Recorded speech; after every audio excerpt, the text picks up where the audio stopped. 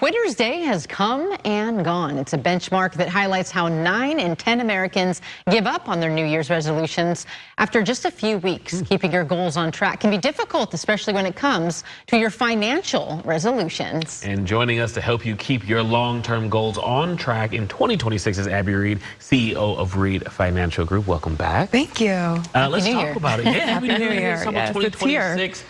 Why do people give up so early on their financial goals? Yeah, usually. Right. Yeah, usually. There's like 10%, I think, that actually make it to the end of the year. Yeah. But it's easy when the world kind of slows down during the holidays to start thinking about, what do I want to accomplish in this new year?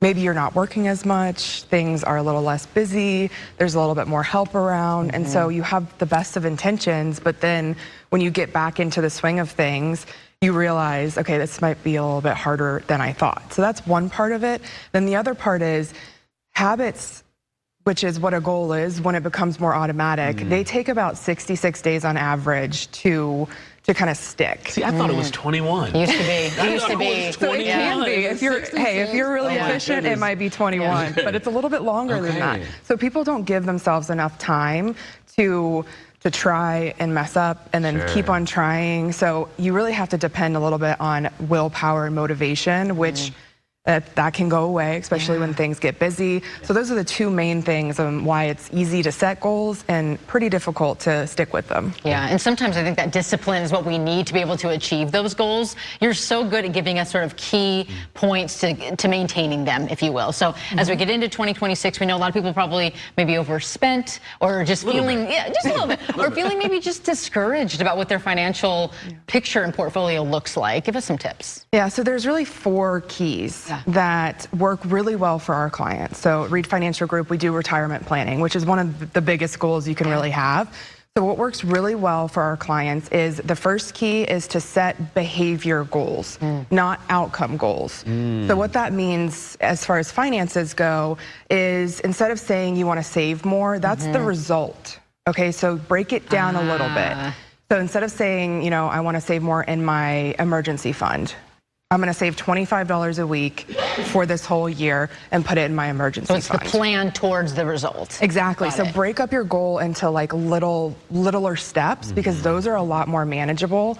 The second goal or the second key is to remove obstacles. Okay. So that kind of sounds like a no-brainer, but practically what you want to do. So say you have that goal of saving $25 a week or $100 a week or increasing your retirement contributions by 1% a quarter.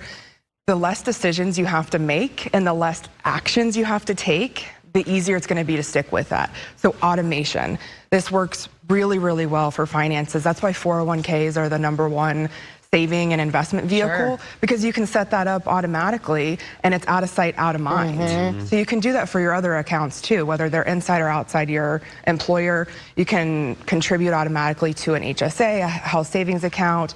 You can make additional debt payments automatically. So that's huge, is to remove those obstacles. So easy, yeah. And then the next 2 keys are going to be adjusting. So instead of quitting, maybe you set a little bit of too ambitious of a goal. Yeah. And it's okay to, what I recommend is to have a money date, whether it's, you know, just with you or with you and your spouse or your partner. Take a look at your budget and adjust it maybe down a little bit. Yeah, those days never go well. You know? They can though. You just might need a little bit of help, which is the 4th key, and that's accountability.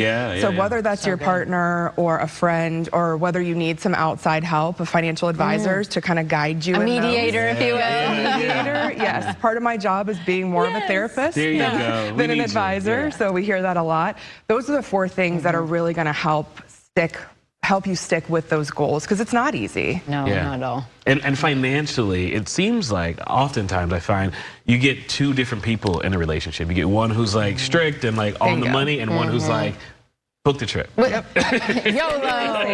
Book the trip. I see that so often with my clients. There's a spender and a saver, and I actually like that because if there's 2 of the same type of person, then you're either saving, you know, kind of too much and not living life enough, or you're way overspending and you're never going to be able to retire. Beautiful example of yin and yang. You know, we just all need that. Exactly. You just got to find the balance. Beautiful tips. Thank you so much as usual. Happy 2026. Happy 2026.